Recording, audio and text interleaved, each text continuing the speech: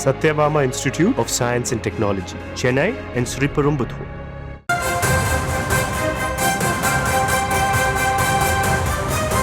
பாமக மாவட்ட செயலாளர்கள் கூட்டத்தை அன்புமணி ராமதாஸ் புறக்கணிக்க உள்ளதாக தகவல் வெளியாகி இருக்கிறது.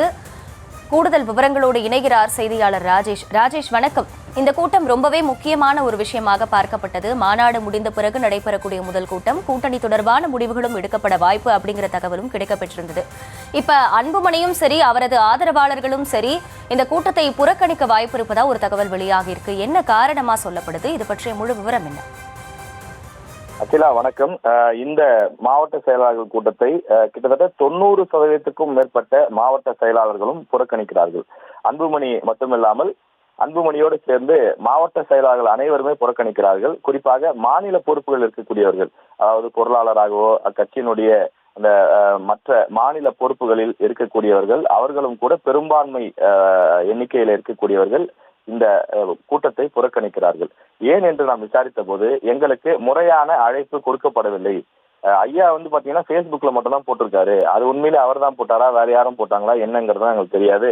எங்களுக்கு வழக்கமா மாவட்ட செயலாளர் கூட்டம் என்று சொன்னால் கடிதம் வரும் அல்லது தலைமையிலிருந்து எங்களுக்கு அழைப்பு வரும். செல்போன், அதாவது எங்களுடைய செல்போன் எண்ணுக்கு அழைப்பு வரும். அது போன்ற எந்த ஒரு அழைப்பும் வரவில்லை. வெறும் Facebook பதிவை மட்டும் வைத்துக் கொண்டு நாங்கள் எப்படி புறப்பட்டு செல்ல முடியும் என்றும் ஒரு கேள்வியை எழுப்புகிறார்கள்.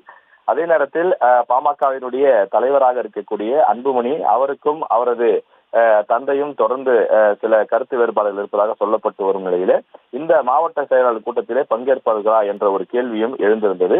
நாம் தற்போது விசாரித்த வரையில் காலை 7:40 மணி வரையிலே பெரும்பான்மை மாவட்ட செயலாளர்கள், கட்சியினுடைய முக்கிய பொறுப்பில் இருக்கக்கூடியவர்கள் செல்ல மாட்டார்கள் என்பதுதான் நமக்கு தெரிய வருகின்றது.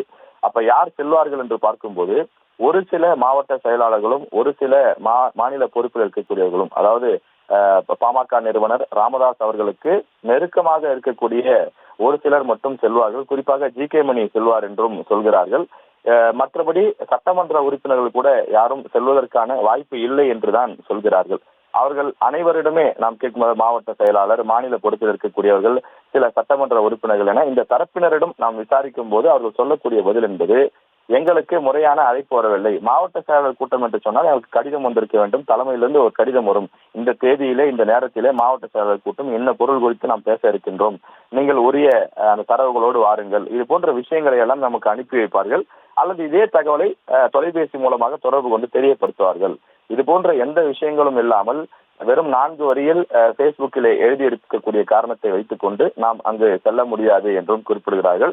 அதே போல அவர்கள் மற்ற மாவட்ட செயலாளர்கள், மற்ற மாவட்ட தலைவர்கள், நிர்வாகிகளை தொடர்பு கொண்டு கேட்டபோது அவர்களும் செல்ல போவதில்லை என்று குறிப்பிட்டதாக குறிப்பிடுகிறார்கள். எனவே ஒருவரை பார்த்து ஒருவர் நாம் மட்டும் ஏன் செல்ல வேண்டும் என்று அவர்கள் நின்று விட்டதாகவும் குறிப்பிடுகிறார்கள்.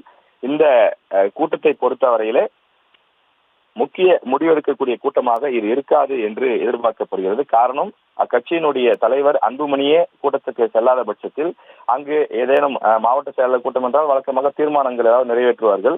அது போன்ற ஏதேனும் தீர்மானங்கள் நிறைவேற்றினால் கூட அது செல்லாது. காரணம், மாவட்ட செயலாளர்கள் பெரும்பகுதியினர் இதில் கையொப்பமிட்டால்தான் அது செல்லுபடியாகும்.